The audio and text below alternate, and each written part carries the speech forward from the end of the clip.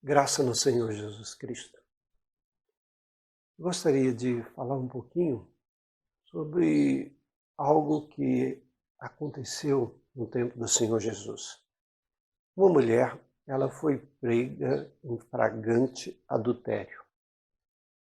E essa mulher foi levada à presença de Jesus. Havia lá os seus acusadores. Na realidade era um trama para ver se pegava Jesus em algum erro, alguma falha.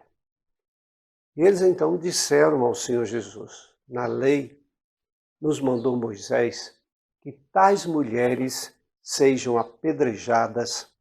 E aí eles perguntaram: tu, pois, o que dizes?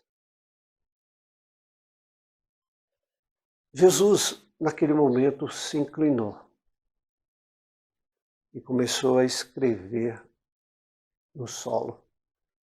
Eu não sei o que Jesus escreveu, apesar que nos dá um pouquinho de curiosidade. O que Jesus escreveu? Não sei. Mas Jesus, naquele momento, ele se volta para eles, os intérpretes da lei, os fariseus, e faz o seguinte questionamento: aquele que dentre vós estiver sem pecado, seja o primeiro que lhe atire pedra. Jesus, ele vai direto para a consciência. A nossa consciência, ela tem o poder de nos acusar dos nossos erros, das nossas falhas. Jesus fez uma apelação para um outro juiz, o juiz da consciência. A minha consciência, a sua consciência, de todos nós, quando nós erramos, vai nos acusar, vai mostrar o nosso erro. E às vezes a gente sente isso como uma tristeza dentro de nós. E Jesus então apela diretamente para esse juiz. Aquele que tiver sem pecado, que atire a primeira pedra. É muito fácil nós atirarmos pedras nas pessoas. É muito fácil a gente ver os erros das pessoas em detrimento dos nossos erros. Os nossos erros, às vezes, a gente tenta manter fechado, as 7 chaves. E às vezes nem nós mesmos queremos, por exemplo, entrar nesse quarto dos nossos erros e encontrar o juiz da consciência. E esses homens faziam exatamente isso, eles tentavam trancar esse quarto da consciência. Hoje, no mundo inteiro, as pessoas fazem isso, trancam seus quartos da consciência. Alguns eles tentam apagar esse juiz da consciência. Eles tentam renegar esse juiz da consciência, mas o juiz da consciência está lá.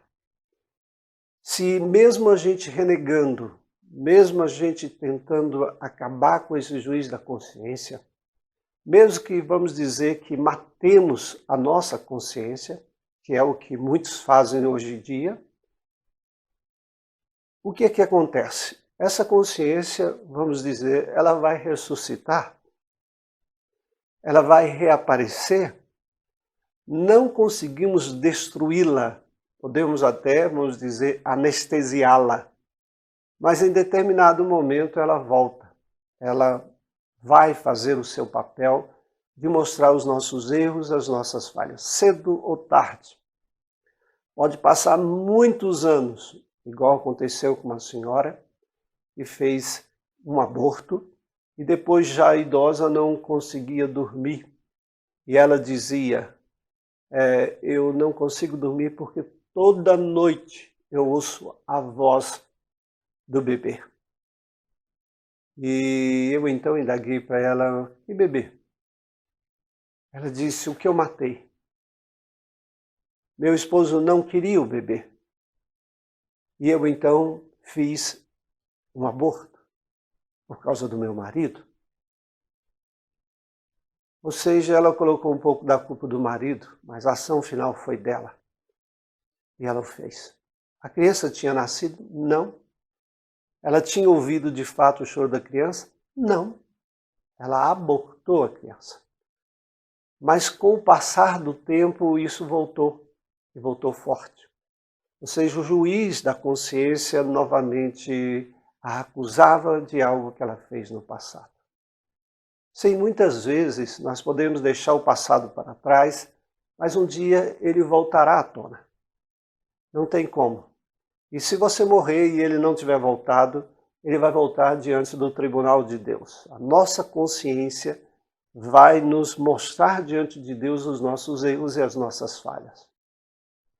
E foi exatamente esse juiz, o juiz da consciência, que Jesus chamou. E o que aconteceu? Qual foi a reação? Desde os mais velhos até os mais novos começaram a se retirar, porque a consciência deles o acusavam dos erros deles. Exatamente, não tem como fugir da consciência. A única maneira de resolver o problema do juiz da nossa consciência é a gente apelar para um juiz superior. E esse juiz superior é Jesus. Naquele momento que aquela mulher teve os seus acusadores retirados, Jesus perguntou a ela: onde estão os teus acusadores? Ninguém te condenou? Respondeu ela: ninguém, Senhor. E olha a resposta de Jesus. Então lhe disse Jesus: nem eu tampouco te condeno. Vai e não peques mais. O que Jesus quis dizer para ela? Nem eu tampouco te condeno. É que você está perdoada. Você nesse momento fica livre do juiz da sua consciência. E Jesus disse isso porque Jesus tinha o poder, como juiz superior, de absorvê-la. Mas absorvê-la simplesmente absorver? Não, através da sua morte. A morte de Jesus significava também que ela morria pelos seus pecados, crendo em Jesus. E era isso que Jesus estava querendo dizer, entre outras palavras. Eu te perdoo pelo aquilo que eu vou fazer, pela minha morte. Ou seja, ela estava perdoada através do juiz Jesus Cristo, que deu a si mesmo para pagar o preço do pecado dela. E é isso que Jesus fez por nós. Jesus morreu naquela cruz como juiz, mas também não só como juiz, mas como cada um de nós, nos representando na cruz do Calvário por causa dos nossos pecados. Os nossos pecados vieram sobre Jesus Cristo e ele pagou o preço. Só que isso só se torna efetivo o perdão para que você fique livre da sua consciência e o juiz da consciência aceite, é você tendo Jesus como seu Senhor e Salvador. Se você tem Jesus como Senhor e seu Salvador, a sua consciência não terá poder sobre você, porque um juiz superior à sua consciência te perdoa quando você pede perdão. Creia nisto. Foi por isso que Jesus disse para ela: vai e não peques mais. Ou seja, desse pecado você já está livre, mas se cometer outro, o juiz da sua consciência vai te acusar. E seja assim na nossa vida, que nós reconheçamos o grande juiz e aquele que pagou a nossa dívida de pecados na cruz do Calvário, para ficarmos livres e não sermos mais acusados. É por isso que Jesus também nos diz: nem eu tampouco te condeno, porque ele olhou o sacrifício dele. O Senhor não te condena se você se arrepende, que seja assim na sua vida. Deus o abençoe e te dê a libertação de todo e qualquer pecado. Em nome de Jesus, amém.